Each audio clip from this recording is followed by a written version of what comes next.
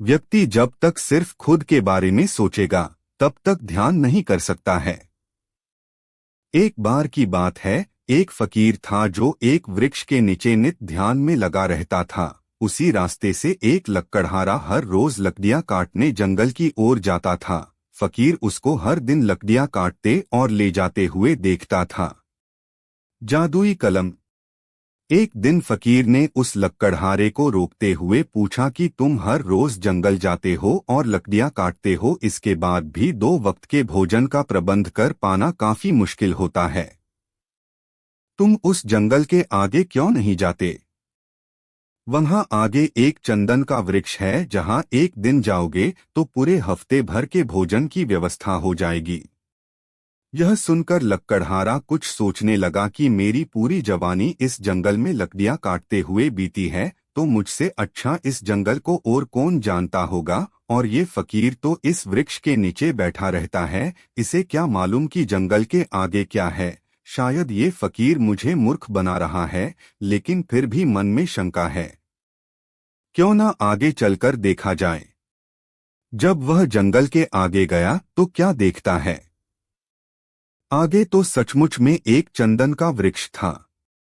वह लकड़हारा दौड़ते हुए उस फकीर के पास आया और फकीर के कदमों में गिरकर जोर जोर से रोने लगा कि मैं तो नासमझ था, मुझ में बुद्धि नहीं थी और मैंने आपकी बुद्धि पर भी शक किया, मुझे माफ करे।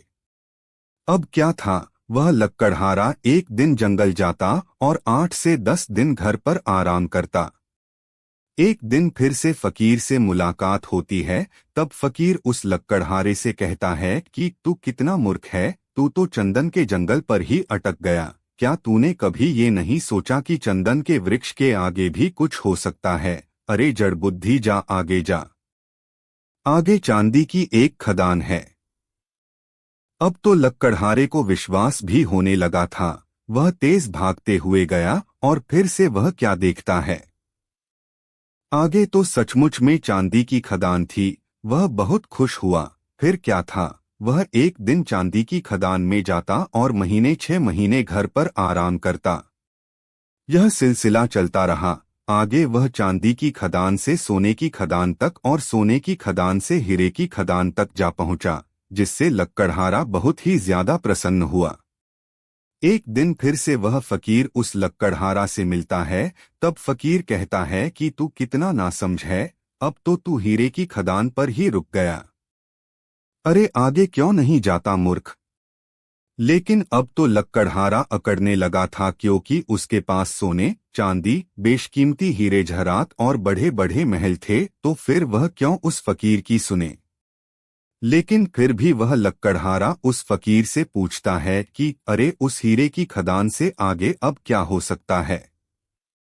तब वह फकीर कहता है कि क्या कभी तूने सोचा है कि मुझे सब कुछ पता है कि कहाँ चंदन का जंगल है और कहाँ चांदी, सोने और हीरे की खदान है, तो फिर मैंने वहां जाकर ये सारी चीजें क्यों नहीं उठाई। मेरे पास ऐसा क्या है कि ये सारी बेशकीमती वस्तुएं मुझे फीकी लगाती है।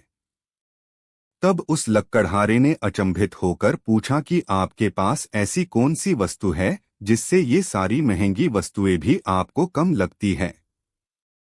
तब फकीर ने कहा कि मेरे पास वह अनमोल चीज है जिसकी कीमत कोई नहीं लगा सकता, और उस चीज का नाम है ध्यान।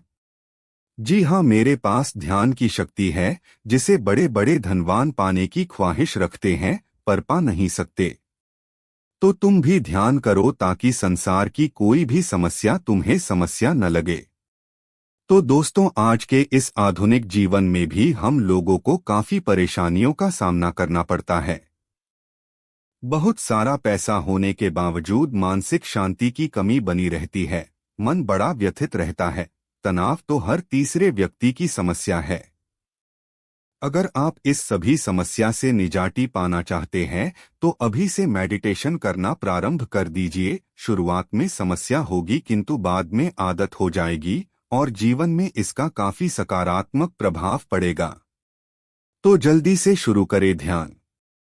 तो दोस्तों, कैसी लगी ये कहानी नीचे कमेंट करके जरूर बताएं। मैं आपके कमेंट जरूर पढ़ूंगा, और अगर आप चाहते हैं कि हमारी कोई भी कहानी या आर्टिकल मिस ना करे तो जल्दी से और अभी से हमें फॉलो करें, और ये बिल्कुल फ्री है दोस्तों।